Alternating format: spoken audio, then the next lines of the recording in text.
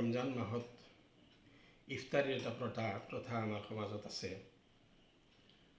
এইটো জাইজ বা নাজাইজ এই বিষয়টো নিৰ্ভৰ কৰে দিওঁতা আৰু লওঁতা বা খাওঁতাৰ নিয়তৰ ওপৰত আৰু সামাজিক পৰিৱেশ পৰিস্থিতিৰ ওপৰত। ইয়াৰ আগতে এটা কথা, ৰমজান মাহ হ'ল দান খয়ৰাত কৰাৰ মাহ, চিলা ৰহমিৰ মাহ, আত্মীয় স্বজনৰ খা খবৰ লোৱা। এইটো এটা ডাঙৰ নেকিৰ কাম আৰু এই কামটো ৰমজান মাহত বেছিকৈ কৰা উচিত, কৰিব লাগে। কিন্তু সামাজিক এটা পৰম্পৰা আছে আৰু কুপৰম্পৰা ক'ব লাগিব এইটোক, যে ছোৱালী বিয়া দিলে ছোৱালীৰ বাপেকৰ ঘৰৰ পৰা ছোৱালীৰ ঘৰলৈ ৰমজানৰ প্ৰথম দিনাখন ইফতাৰী দিবই লাগিব। নিদিলে ছোৱালীজনীক স্বামী গৃহৰ মানুহে লান টান কৰিব, ইটো সিটো ক'ব, নানান ধৰণৰ কটু বাক্য শুনাব।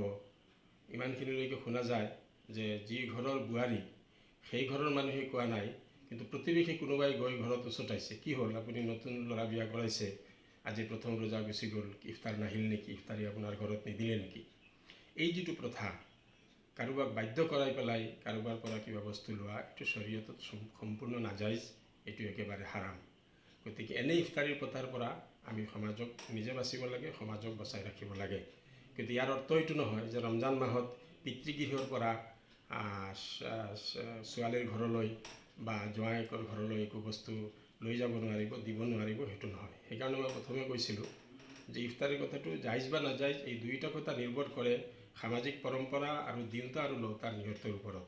দিওঁতাই যদি ভাবে মই এইটো দিবই লাগিব আৰু লওঁতাই যদি ভাবে যে মই এইটো পাবই লাগিব, আৰু সমাজত প্ৰথাটো যদি এনেকুৱা হৈ যায় যে সমাজৰ মানুহে এইখিনি পালন নকৰিলে বেয়া পায়, এই কথাটো সম্পূৰ্ণ নিষিদ্ধ। শৰীয়তত এনে কোনো প্ৰথাৰ কোনো অৱকাশ নাই। ইচ্ছা কৰি কোনোবাই দিছে, কোনো ডিমাণ্ড কৰা নাই, কোনো সমালোচনা কৰা নাই, কোনো বাধ্যবাধকতা নাই, সেইটো দিলে ইফতাৰী মাহত বহুত সৱাবৰ কথা, মানুহক ইফতাৰ কৰালে হদিছ শৰীফত বহুত সৱাব আহিছে। এইটো সৱাব পাব নিজৰ ছোৱালীকৰ ঘৰত, ছোৱালীৰ ঘৰত, নিজৰ ভনীয়েকৰ ঘৰত, অন্যান্য আত্মীয় স্বজনৰ ঘৰত দিব পাৰে, তাত কোনো আপত্তি নাই, এইখিনি কৰিব পাৰিব। এইটোৱেই মোটামুটি ইফতাৰীৰ ক্ষেত্ৰত। দ্বিতীয়তে আৰু এটা কথা, এই লকডাউনৰ সময়তো এই যে বাধ্যবাধকতা যিটো সামাজিকভাৱে, এই বাধ্যবাধকতাৰ বলি হৈ কিছু মানুহে লকডাউন ভংগ কৰিছে। ইভেন কি লকডাউন ভংগ কৰি ইফতাৰী লৈ যাওঁতে কিছুমান মৰ্মান্তিক কৰুণ ঘটনাও ঘটিছে। গতিকে ইয়াৰ পৰা আমি এটা কথা অনুভৱ কৰিব পাৰোঁ যে ইছলামৰ যিটো শৰীয়ত, আল্লাহ পাকৰ যিটো হুকুম আদেশ, এই আদৰ্শৰ মানি লোৱাৰ মাজত সকলো ফালৰ পৰা কল্যাণ আছে, আৰু এইবিলাক অমান্য কৰিলেই ইয়াৰ মাজত ইহপৰকালৰ লোকচান আছে, ক্ষতি আছে। ক্ষতিৰ পৰা আমি সকলোৱে বাচি থাকিব লাগে।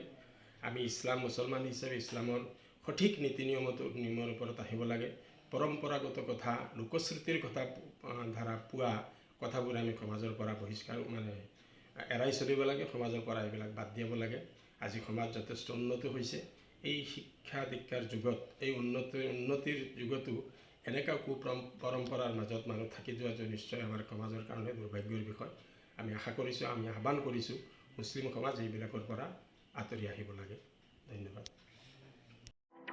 ডবকা কেবল চেণ্টাৰ, কেবল উপভোক্তাৰ বাবে সোণালী সুযোগ।